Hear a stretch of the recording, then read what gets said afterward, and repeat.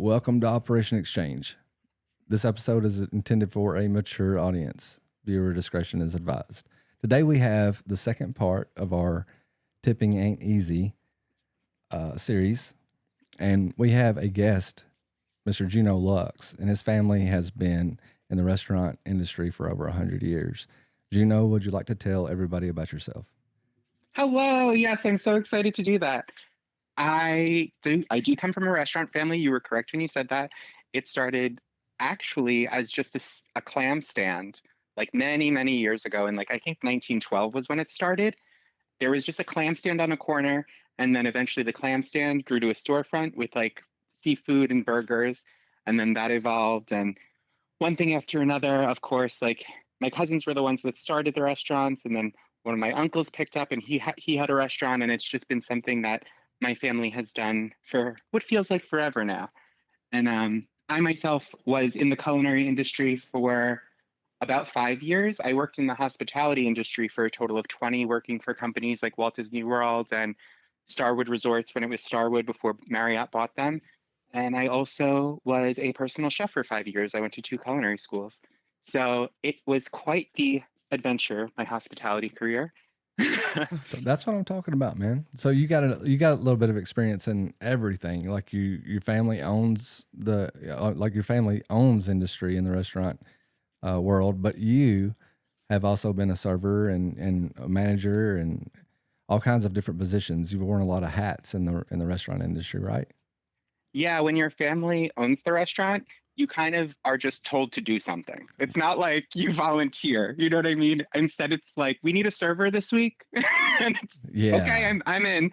Or we're gonna start rolling out a party planning. You can do that for a little bit, right? It's like that type of thing where at least that's how it is with my family. I can't speak to all families, but I can speak to the fact that my family, I have a very large Italian family. I'm half Italian, half Cuban, but the Italian side is the one that owns the restaurants and does all that stuff. And it was always just more like, we need help, all hands on deck. This is what we're doing this week. I'd imagine it is like that for a lot of especially teens growing up with parents in the restaurant business. It's like, this is what your first job's going to be. Or any business. I can imagine being the son of a mechanic, and he's like, "Hey, I need somebody to hand me wrenches this week." Yeah. You know, really funny. My very first job, I was like 7 years old. It wasn't child labor or anything like that. But my very first job was making meatballs with my cousin Big Marie, who is a lot like a second grandmother to me, or a third grandmother actually. But like she was the person that I learned to make meatballs from, and that was the first job I ever remember having. I would go in the back in the kitchen at Biggie's, and I would put together the meatballs. That's pretty cool, man. Yeah. So what was some of your favorite parts of the culinary part of that life? Like when I was the personal chef, you mean? Yeah. I got to work with some really interesting people, and and I use the term interesting very loosely, but it put me in a lot of really unique situations, and I got to see some really extreme houses, and that was really cool for me, especially like in my 20s when I was kind of taken in by the glamour of the like upper 1% lifestyle. You know what I mean? Yeah. Like one of the people that I worked for when I was living in California was a woman. I'm trying to not use any distinguishing factors, but like their baby had its own personal chef, to give you an example of Oh, like the wow. level of wealth. Yeah, because the baby had a lot of food sensitivities. So I was the family's cook, but the baby had their own cook. That is interesting. I would love to Yeah. have my own chef. I could just imagine one of our kids demanding they have their own chef. Like, better get a job. Better start mowing some yards. I will say that the job, like working as a personal chef, was a lot of fun, and it's probably much more affordable than people think it is. More than likely, a lot of things are, but yeah, no, my kid, he can make his own cereal. Yeah. Well, it's actually, it's really funny how I ended up working as a personal chef, because I went to culinary school. while I was working at Whole Foods Market, which was a lot of fun. And one of the women that worked with me recommended that I go to culinary school because a lot of the women would come into the section that I worked at and be like, oh, I'm having a party. What should I make? And I'd be like, oh, well, you should make all of this stuff. And actually, it's really easy because you can do it a couple days in advance. And then you just pop it in the oven half hour before your friends get there. And they think you spent all this time cooking. And yeah.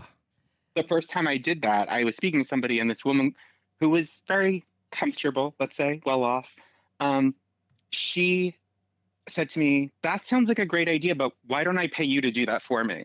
And I said, okay. Sounds like a great idea. Let's start making some money. Yeah. So then that translated to me going to culinary school, ended up working as a personal chef for 5 years with a business that was once called The Glamorous Gourmet, because my whole sales pitch was that you could eat gourmet and feel super glamorous, and it doesn't need to be super expensive. That's what's up. So on the tipping side of things, just to kind of dive into that just a little, and Juno, we can talk about anything you want to, on this episode. That's fine. But well, I guess one of my main curiosities, I'm not sure if you got an opportunity to listen to our first episode or not.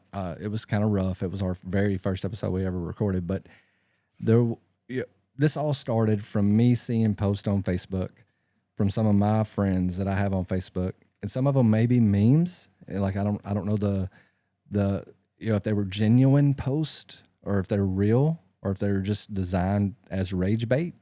But you'll see receipts where people are leaving 25 to 30% tips, and servers saying if you can't afford if you can't afford a tip better than that, then you need to stay your broke ass at home.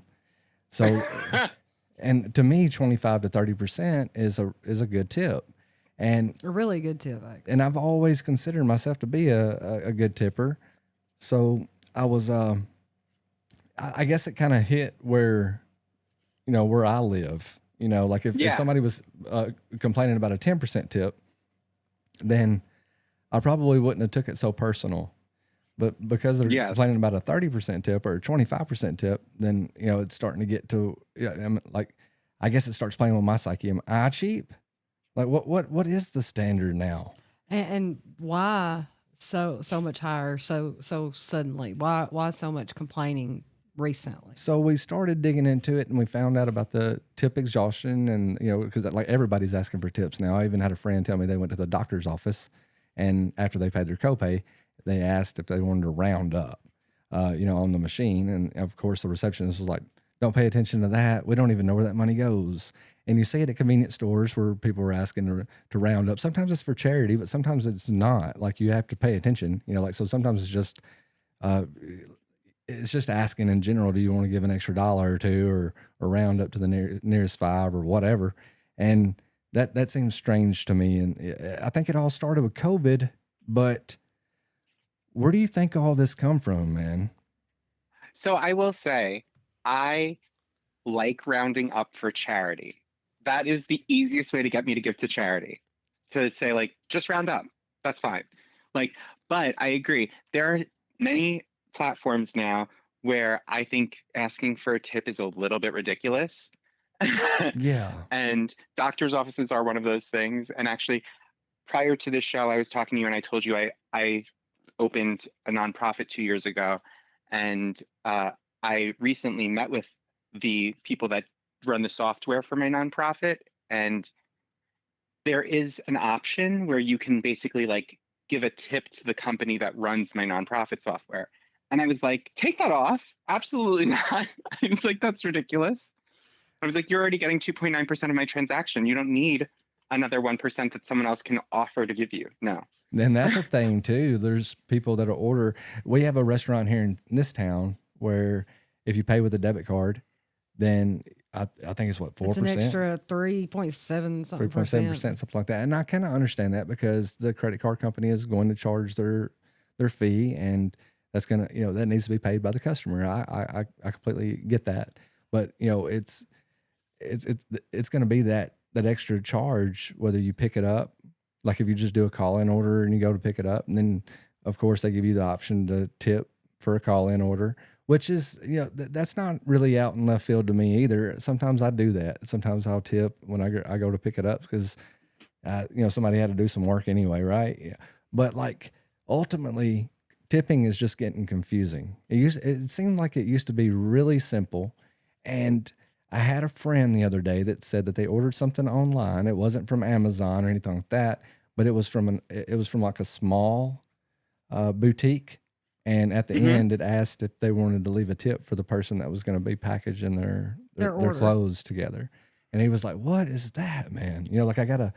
And he's like, "I don't want to not tip, but what is that?" He said, "I just spent $350 on a couple of t-shirts, and now they're asking me if I want to pay somebody. He said even if I just leave them 10%, it's gonna be $35 just for throwing it in a box." Yeah, Right. I think the problem is that, and I will do my best to dance around the elephant in the room, but I think that when people aren't getting paid living wages, like for most jobs, I think that that's why, unfortunately, asking these questions in unnecessary situations, like, do you want to tip at the doctor's office, or do you want to tip um, for not so much like picking up at a host stand, because I get that too, but like tipping for having your t-shirts packaged. I think that that's an unfortunate reality of the current economy. Right. It is. It's very strange, man. And I don't know how we get past it. Not like I don't want to make it all about politics, but at the same time, it there something needs to happen. And it's above my pay grade. But just as a layman, just out here, like as a consumer, I guess you would say, just all I just want to know what's expected of me, and that has gotten very blurry since COVID. Well, and I want to put out there too that um, yes, when people aren't making a living wage, they're going to look for ways to earn extra. But in most of these cases where you're seeing these automatic 20, 25, 30, even 40% on the machines, or like at the restaurants, or you're seeing tip at a convenience store, like these aren't the people that aren't earning those wages that are asking this. This is to the point where the corporations are putting this on there and God knows where the money's going. Or it's pre-installed on the software. Right. And even if that's the case, the bank account that's listed with that card reader for that company is what's getting those extra ones, is my point. Yeah. It's not even going to the ones not getting the living wage at these convenience stores and all. I don't see it. I don't see each cashier getting a tip at the end of the night based on how many of them did their card. I don't think that's happening. Yeah, or like a bonus at the end of the month or something. I don't Right. see that happening either, which is very unfortunate. So it just gets And pocketed by the business owner. Sorry to cut you off, brother. no, that's fine. I mean, I think you hit it on, you think you hit the nail on the head. And I think that just generally speaking, it's really unfortunate that that's where we are. And I do think that 25 to 30% is a generous tip, by the way, just to call back to that for a moment. And I've been a server recently. You know what I mean? I Yeah. still work at my family's restaurant doing brunch shifts like every now and again, just because it's a lot of fun for me and I get to see people all the time. And it's actually a great way to network. So I bet that's it one of the is. other reasons I like doing it, because I'm a great server. So when I'm there, all of a sudden I'm like, oh, you guys are, yeah, that's great. You should come to one of my workshops. It's like a lot of fun for me because it becomes like a game. Yeah, it Yeah, gives and you you're in opportunity. front of people often where you can market whatever else you've got going on. Exactly. And it's not like my family's going to get me in trouble for it. You know what I mean? It's not like I'm at an Applebee's or like anything corporate where I would then not be allowed to express myself to the fullest extent or Y- whatever. Right. Or solicit, or whatever, however they wanted to word it to get rid of you. Yeah. Yeah. No, yeah. I can see the opportunity in that. Take opportunities where you can, man. Yeah. So outside of, getting everybody up to a living wage, where do you see this going? Because I ask that because if you look into the comments on some of these rage bait is what I'll call it, and memes from these receipts, and like I just recently learned what rage bait was because of TikTok. I accidentally put up a rage bait post. I mean, I did it on purpose, but I didn't do it to piss people off. It was supposed to be a joke between me and one of my friends, and I And expected. then you went viral. Yeah, Yep. then it went viral. It got 2 million views, and I was like, what is this like? And so like I was talking to a friend of mine, and he was like, dude, you know, this is rage bait. Like what you did is you said something that wasn't true. There's going to be people going to come in, and they're and you know, like there's plenty of hints inside the post that it's not true. You know, like I said, there was essentially it was an alarm clock. And I said there was no pictures on the internet of this alarm clock, and I had the picture of the alarm clock in the post. So, like, I think most people who view that will are going to know what you're doing. Yeah, Or should, yeah. It's kind of oxymoronic, but at the same time, you know, there's tens of thousands of people showing up to comment, you know, like, that just want to prove me wrong, and I'm like, dude, I know I'm wrong. You know, like, I mean, it says it right there. Even the title says it's satire. You know, like, but.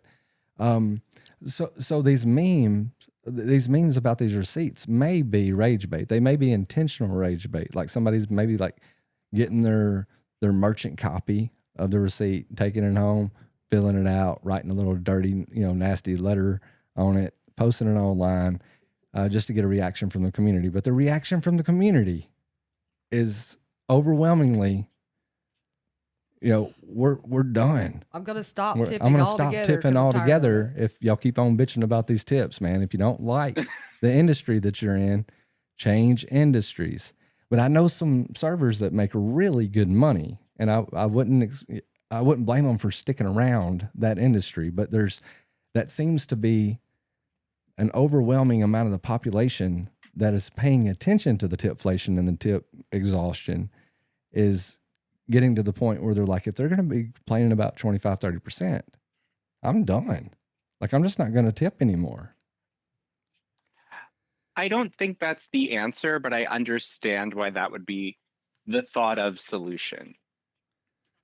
Does that make sense? It makes sense. I mean, I don't think it is the answer, and I don't think it's the solution, but I definitely feel it being a knee-jerk reaction from the consumers, and it might not last forever. You know, like there might be people out there that are, you know, that say they won't tip anymore, but you know, when you're actually sitting at the restaurant and you see the server doing his or her best to make sure you get the best service possible at the end of that meal, will they actually be able to leave that restaurant without giving them a tip? You know, because like I can say what I want to, but if you give me the best service in the world, I'm not going to be able to deny you or punish you. You know what I mean? Yeah. Absolutely. And at that point right there, kind of get into the why haven't we just done away with the tipping system in the first place? Like why do the companies still rely on the customers to pay the employees? I mean, you could ask the same question about why we have self-checkout then at grocery stores, and why are we not paying less if we use self-checkout versus if we go to a person? Oh, that is a great and excellent point, and we actually do plan on getting there. Not in this episode specifically, but I mean, we don't mind talking about it in this episode, but this is something we've talked about doing an episode on. But like, I would rather see the restaurant owner up the prices on the menu 25 to 30% if that would be considered generous, and then they give the waitress that 25 to 30% at the end of the night. And that means every table that gets fed that night is getting a 25 or 30% tip tacked on their bill. And we know that they'll bitch about that because, you know, like if you do it that way, because we've seen a lot of people talk about the 18% gratuity that's automatically added at restaurants. But don't put it as a gratuity. Don't just put it as a change the gratuity. prices Just change the prices on the menu, dude. If you just change the prices on the menu, people are going to eat it or they're not. And if they eat it, then every table that waitress got that night, or the server got that night. This is one of the main reasons why I need to quit saying waitress in general, because I'm talking to Juno here, and he's got some experience with serving tables. But the server in general would get that extra money. Yeah, would get that extra money, but it would just be I think I think theoretically that's a great idea. I know that there's a restaurant not far from me. It's like 15 minutes from my house. It's a great Mexican restaurant. They automatically include 20% gratuity on all parties flat. And they tell you, you don't have to tip. It's already included. It's done. And I'm like, that's great because I don't have to think about it. And quite honestly, I don't really drink anymore, but I know when I would go out drinking with my friends, if we went to like a Mexican restaurant, we're definitely having multiple margaritas, which are not low ticket items. So I think Absolutely. that I'm sorry. Oh, I said absolutely. I cut you off, brother. I'm sorry about that. Oh no, that's totally okay. I think though that if we did just have everyone include a 20% gratuity, I would personally be fine with that. That's less math for me at the end of the night.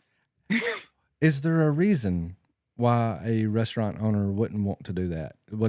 Is there underlining costs that we wouldn't see from payroll or from some sort of aspect that's kind of invisible to the customer?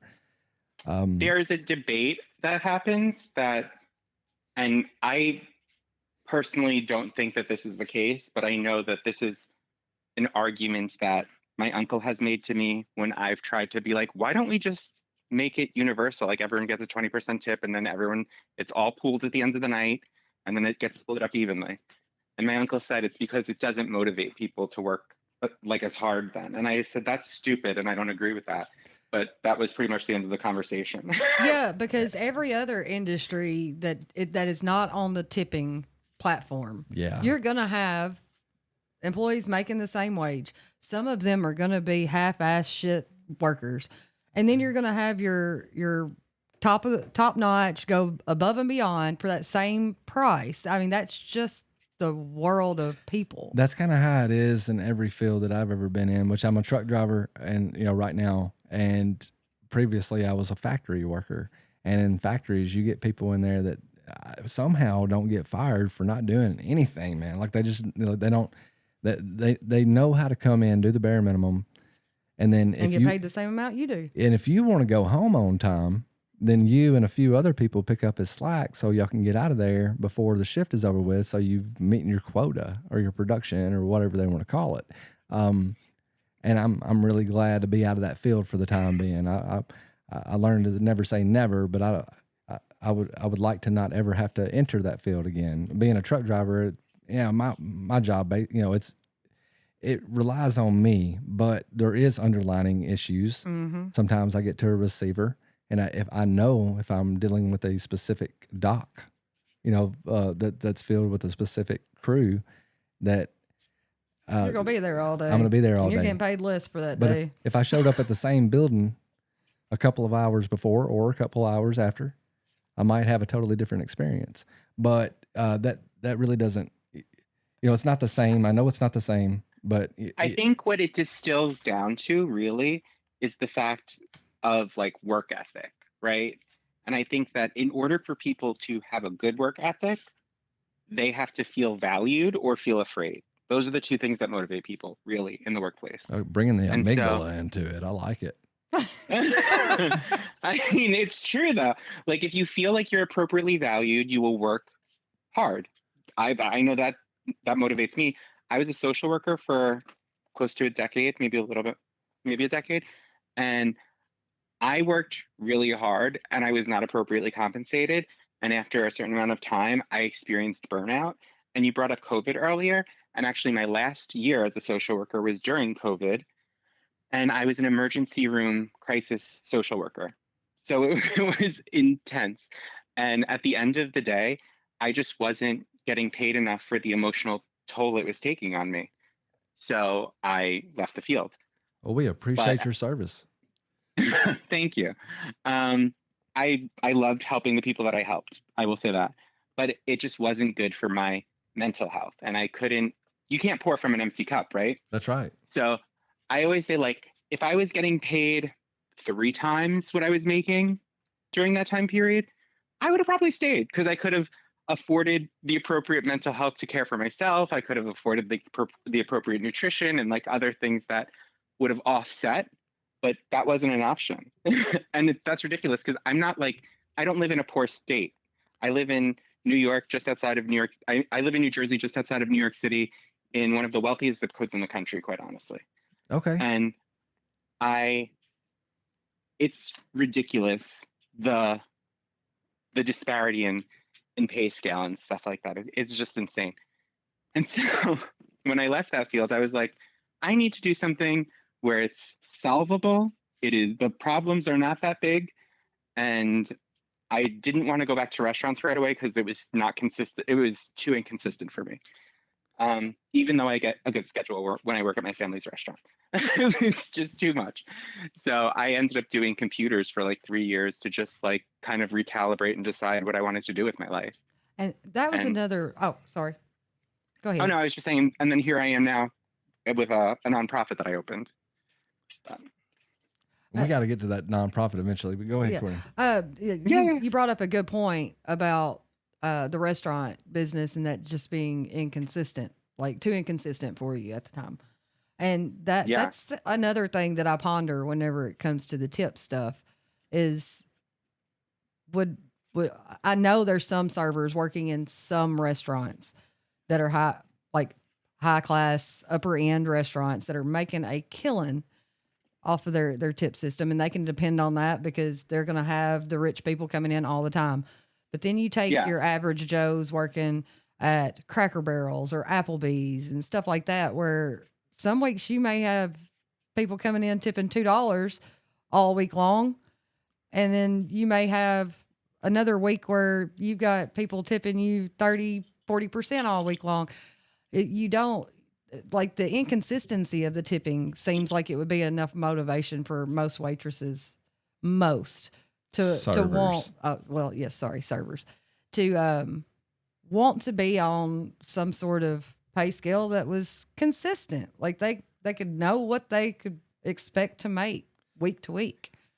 The problem with that is that most restaurants aren't offering a livable wage or a salary to their wait staff, unfortunately. Because we still have this tipping system. And that's what's kind of driving me crazy. And that does bring up something unique too about you need to gut the system. That's what it is. Right. It's like sad to say, but you just have to rework the whole thing. Yeah. Because you aren't going to get all the restaurant owners and stuff on board to shift because it's just until they tell them they can't pay them $2.17 an hour.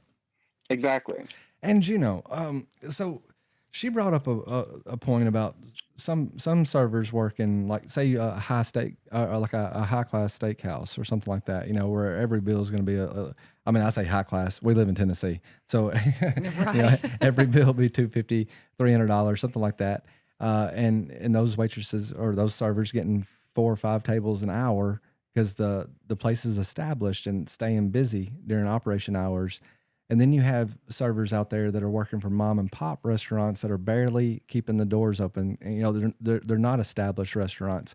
What would cause a server to seek out employment at a job that doesn't provide as much? Because, I've known servers to make six figures easily, or I say I know, I think I know of servers that make 6 figures easily because of the restaurant that they work in.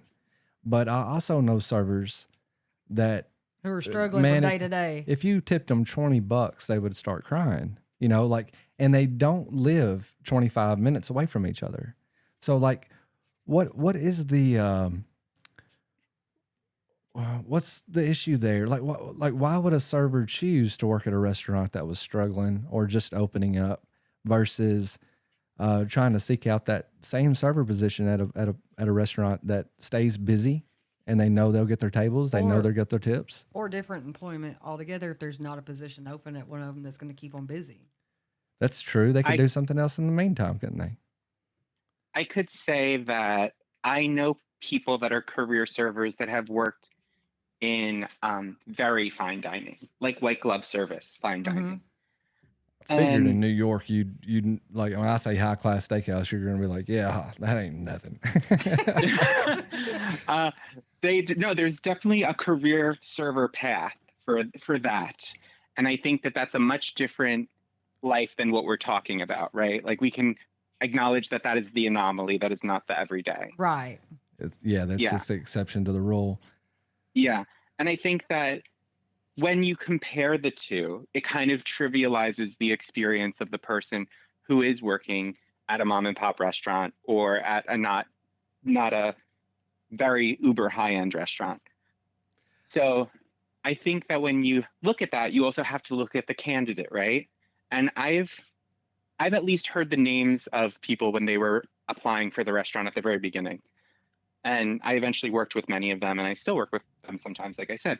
So I think that the issue there is sometimes the people that are working in serving are not always, that's not always their career goal, right? Right. They're not always career servers. Like, I know a lot of people that worked at my family's restaurant that were in business school, were getting started with their own investment companies, or working just like doing other things, pursuing other dreams. And I think that many times servers are it's like a second line of income for a lot of people.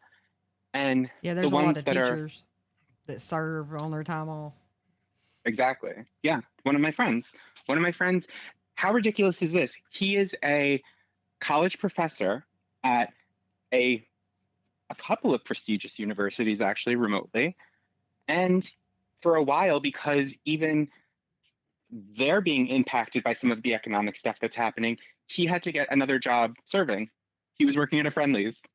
That's interesting. That's sad. It's sad that you can you be a professor, which requires a lot of school. Mm-hmm. Like Courtney's got a master's degree over here, but you couldn't go be a professor if you wanted to. No, right? I'd have to do another master plus 30 and then a doctorate degree.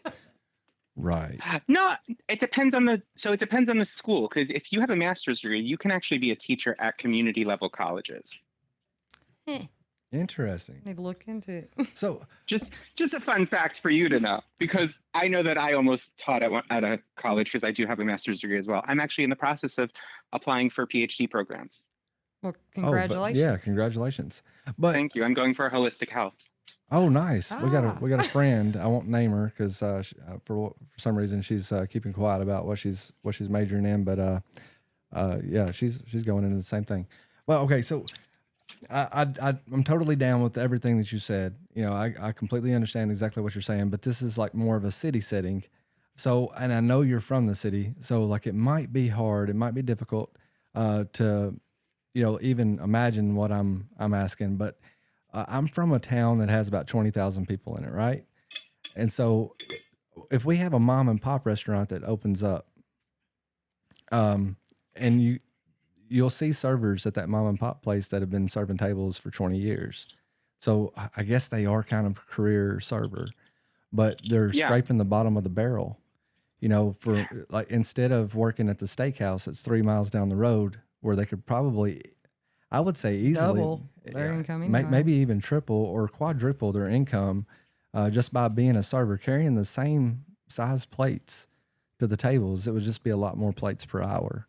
I think there's two things that happen there, right?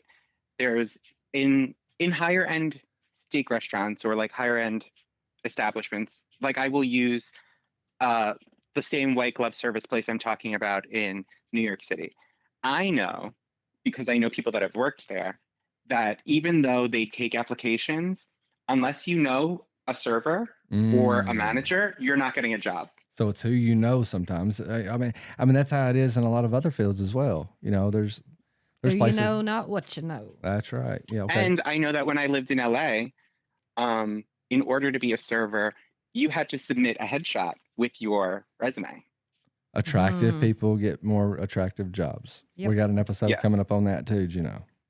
Yeah, that's a form of invisible discrimination, which I could pop off on for an entire hour, but I'm not going to bore you people with that. I know. We're actually that was going to be our next episode. Yeah, man. Seriously. I mean, you could come back on for that if you want to pop back on for another hour. I was looking into the halo effect. Actually, one of our viewers from that Tippin podcast group, they said we would love to hear you do an episode on attractive people get more, attractive people getting better jobs, getting better pay. And So my master's degree was in social work, and there's a whole section when you study human behavior that discusses that. Do you know that you're more likely to get a job if you wear glasses on an interview? really, because makes you look smarter or It makes more. you look smarter, and it also makes people who are on the receiving end of the image think that you are physically weaker than them, so they underestimate you. So there are two things that are working for you there. Just like blondes will be noticed in a room first, but brunettes will be hired first. Wow. The whole stereotype. The Blondes are stereotype. dingy. Yep. And like bigger sized people, like whether you're fat or just built broad, there's a general assumption that you're lazy, so you're actually less likely to get hired initially. Wow. Yeah. I mean, I can see that though. I can see that. Yeah, it's a whole. There are fields of study dedicated to that, so there's plenty for you to look at. I enjoyed my sociology classes in college. They were interesting. Yeah, I love thinking about how the human mind works. It's very fascinating to me. It's one of the reasons that I fell down a mysticism rabbit hole several years ago and never turned back. And it's one of the reasons that I opened my nonprofit, because I felt like if more people understood that like religion and all of that is just our human brain trying to understand something uncomprehendable, and that it's all kind of the same thing, that there wouldn't be war anymore. So I was like, maybe people just need to understand this. It's kind of part of waking up, isn't it? So speaking of the nonprofit, what's going on with your nonprofit? Oh, yes. My nonprofit is called The House of H. It is spelled Haus, because fashion and gay. And I just thought it was a really fun way to spell it. And the H stands for Hope for Humanity. That's what it stands for. And it is a nonprofit that specifically supports queer people and our allies in exploring spirituality outside of the realm of traditional religions in both an academic and a spiritual way. And also because there's no real clear plan for how queer people age. Like there's a very distinct line that heterosexuals are offered to follow, which is like meet someone ideally in high school, marry that person, stay in the small town, have a couple kids, get a job, but mostly like work your life away until you're about 60, 70, and then you have a good 10 years left for yourself. Guilty. That's more or less the plan for you guys. Yeah. And we don't even have a suggestion at that, right? Like, because we've been oppressed for so long, and every time we get rights, they're kind of like challenged in some capacity, that we don't really have that structure. And also, interestingly enough, this is the first generation that we're seeing post-AIDS crisis that really is an aging queer community. So because there's no real plan for us, I was like, I worked in social work. I could create a plan. It's fine. So There you go. I always bite off a lot, and then I'm like, this was a lot after the fact, but I'm already halfway into it, so I'm like, there's no stopping now. No, man, you got to keep on going. That's right. But so I decided to create a project called Project Pandora, which is underneath the umbrella of my organization, the House of H. And what Project Pandora does is it kind of creates communal living situations for people in the queer community above the age of 30 who are interested in intergenerational living and kind of thriving in community together. What is intergenerational living? I'm sorry, I'm not well versed. Totally fine. No, so like, you know how a 55 plus community is like senior living? Yeah.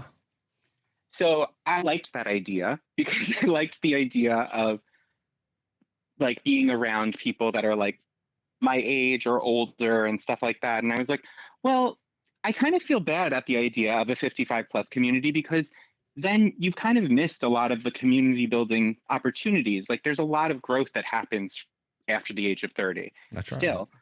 So I was thinking, if we're already kind of challenging the system, why subscribe to how someone else is doing it? I can be inspired by it. And actually, I wasn't fully inspired by how we do senior living here. I was really inspired by how they do senior living in the Netherlands, which is after college, you can move into a senior living facility as a student and like help the seniors out. And then you don't have to pay rent to live there, and you help the community.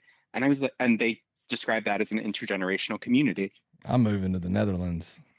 It sounds kind of like the book I was reading when we lived on Fulks, the whole community living with the planting of the gardens and the different structures, and everybody kind of did their part. And it sounded very interesting. I read most of that book. I can't remember what the name of it was now. Well, there's nothing wrong with that, man. You know, best of luck.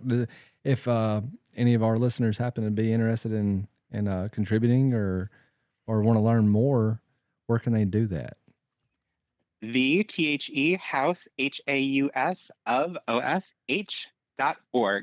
However, if you make a mistake in to.com, it'll forward you to my site anyway. So just type in the House of H and see what pops up. There we go. Okay. And Courtney, do you have any other questions that you'd like to ask Juno about the restaurant industry as a whole? Like we've covered it, like the tipflation and the difference between class servers and stuff like that. But is there anything you're curious about? There is another aspect that was brought up in some comments after we did that episode. That was talking about how they don't tip. This particular person doesn't tip based off of the dollar amount of the bill. He tips based off of performance. Not just performance, but a time frame. Because he was like, if I'm there for 30 minutes, then I'm going to give so-and-so tip if they did what they were supposed to do. Like that's how much my tip's going to be for 30 minutes. If I'm there for an hour, they're going to get a longer tip because I took up their table for an hour. He said, but it doesn't matter if I'm at Cracker Barrel or if I'm at, say, the steakhouse. He said the bill's going to be a little cheaper here, but that waitress that was serving me at Cracker Barrel is doing the same amount of work that waitress for the same amount of time was going to be doing for me at a higher class restaurant. He said, so I appreciate that thought process. He's like, why should the one working at Cracker Barrel get less because my check is less than what the one working where I'm going to have a higher bill is for doing the same job for the same amount of time? I like the logic. My only question is there because essentially tipping and the way that the structure is set up now for how we earn money is commoditizing humanity. So when we think about that, right, we have to understand that there's a middle ground with how we establish value. So I guess my only concern with that would be, what is the amount that he's using as a litmus test for his 30-minute meal versus his hour-long meal? Right. Yeah, I guess that would, yeah. I know someone who, his grandfather, who's passed, but was a very lovely man from what I understand, when they would go out, he would have a stack of ones on the table, and it was $100 in ones. And every time the waiter or waitress did something that he didn't like, or he felt he waited too long, he would just remove $1 from the stack. And that was how he did tipping. I think tipping ultimately is a very personal practice. I think that because, well, first of all, everyone should work in the service industry if they haven't. I say the same about teaching. Everyone should have to sub like jury duty. Yeah. I'm not 100% for that because I don't know that I want certain people around if I had kids. Yes, but yeah. You know, the ones that can pass all the tests, they all should have to serve in the school. I think that's very fair. Absolutely.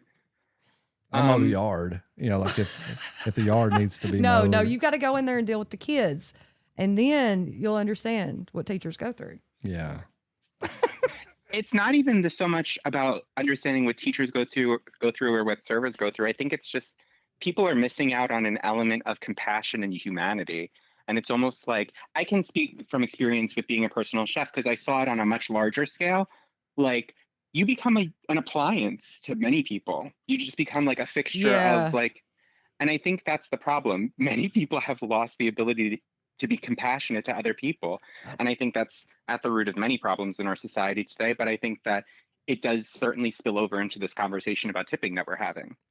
I'm absolutely profound that you mentioned that, because that did remind me that, one of our comments said, if the waitress is willing to flirt with me, if she doesn't mind me getting a handful of leg, I'll tip her more than if she's just dead and doesn't flirt back or whatever. And I thought that was sad, like very sad, like just the fact that, that job has to be sexualized. And then we listened to an interview with the waitress, and I can't remember who gave the interview, so I'm sorry about that. But the waitress was saying that she would put up with more sexual harassment from customers at the end of the month.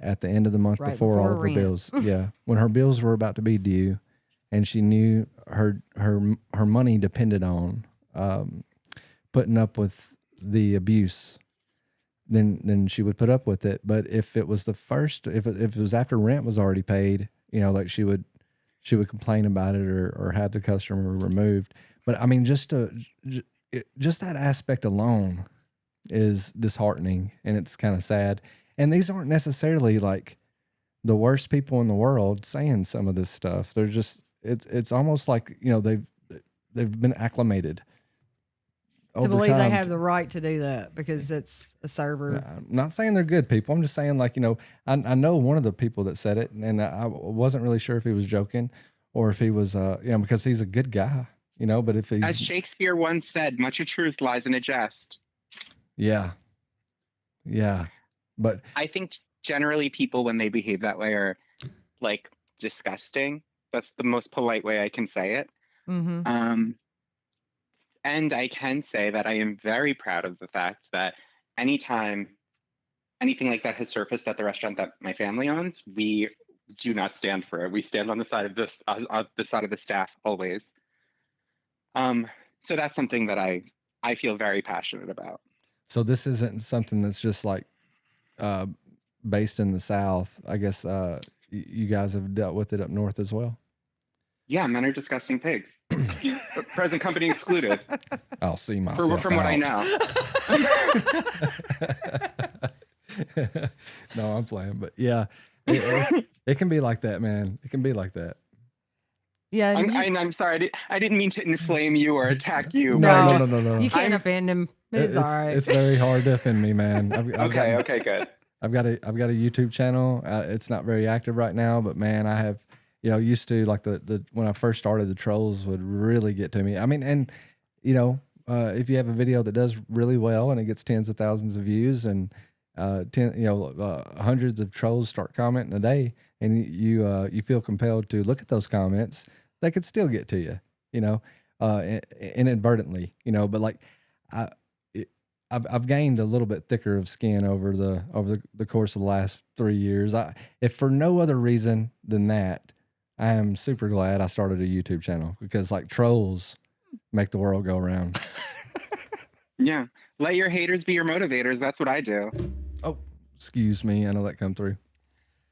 No, there are definitely aspects of the server community from interviews we've watched that is sickening. Yeah. And I think that's generally public work at all. It's even worse whenever your tip depends on it. But I know, working in a convenience store for years, like that happens to women just about everywhere, that they're in the public setting a lot. You're right. Whenever you were a manager at that convenience store, there would be people coming in there and just felt like they could talk to you any kind of way. Yeah.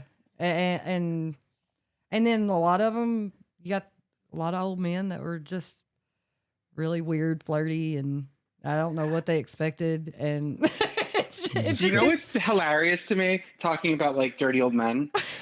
I'll see my grandfather. Way out. No. Go ahead. My grandfather, right? He was a cop like way back in the day. He was very much like a ladies' man, from what I understand.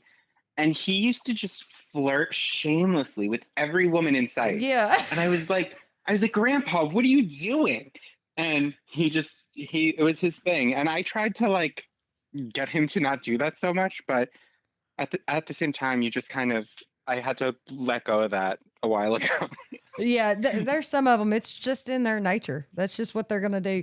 But the condescending ones, where they feel like they can just talk to you however they want and act however they want just because, And they're being serious. yeah, those are the ones that Yeah.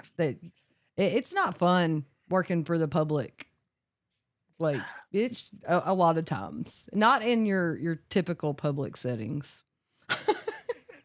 Probably I tend to agree with you. I was gonna say it probably requires a certain personality trait, you know, like or what do they call it when you do get the personality test done, like the evaluation to see what kind of personality you have, whether you're introvert and like a lot of them. Oh, like the Myers-Briggs test? That's Yes. it. Yeah, the Myers-Briggs test. Yeah, like Yeah. I would imagine that certain personality types probably excel at working in the public, and some personalities like it's just probably a nightmare.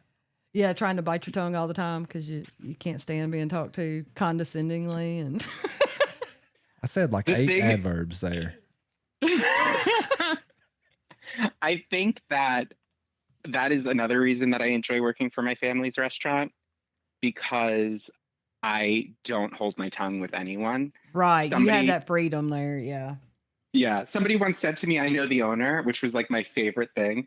And I was like, oh, really? Which one? My mother, my uncles, my aunt? Which one I would you think like 'cause- me to get? Which one do you want me to get? Because you don't look very familiar, so I can tell you I don't know you. Right. That's They didn't funny. like that. I've never heard them speak of you. Yeah. It's funny. I've never seen you at a birthday party or anything, but I guess. Well, Juno, is there anything else that you would like to add to the conversation? I'm kind of all out of questions. I think we've covered all of the bases that I wanted to cover. But Courtney, do you have anything else? No, I think that last bit about the tipping for a certain amount of time and all is the last thing I could remember from our last episode. Well, if you have anything else, Juno, we're not on a time frame here. You can talk as long as you want to. Yeah, I want to thank you guys so much for having me on. It was a real pleasure. And again, if anyone wants to get in touch with me, you can find me on the House of H, or you can find me on my Instagram, which is a modern day mystic. So feel free to reach out. I do all the witchy woo woo things, and I have the most fun retreats ever. So I welcome all of you to say hello. That's awesome, man. The mystic stuff, like you've definitely captured my attention, and we may invite you back on, whether you'll come or not. I don't know, but like if you ever want to talk about like Kabbalah or mysticism or Hermeticism or the Golden Dawn or any of that, I'm your person. I almost ordered that book one time ago, the Hermetic Order of the Golden Dawn. Yes. Oh my God, it's like one of it. That will change your life. Oh, the beast. Are you crazy? Yeah, he's the reason that organization no longer exists. Right. But yeah, I actually, so funnily enough, I will plug one more thing if that's okay. Dude, Yes. you plug all you want. I actually teach a group coaching class or a group teaching class, whatever you want to call it, online, and it's called Witch School. And I cover all of that stuff from an academic perspective, not just an energetic woo-woo perspective. Like I teach people the history and the interconnectedness of mysticism, and I do cover the Golden Dawn and Aleister Crowley and tarot and how that system actually works and what it means.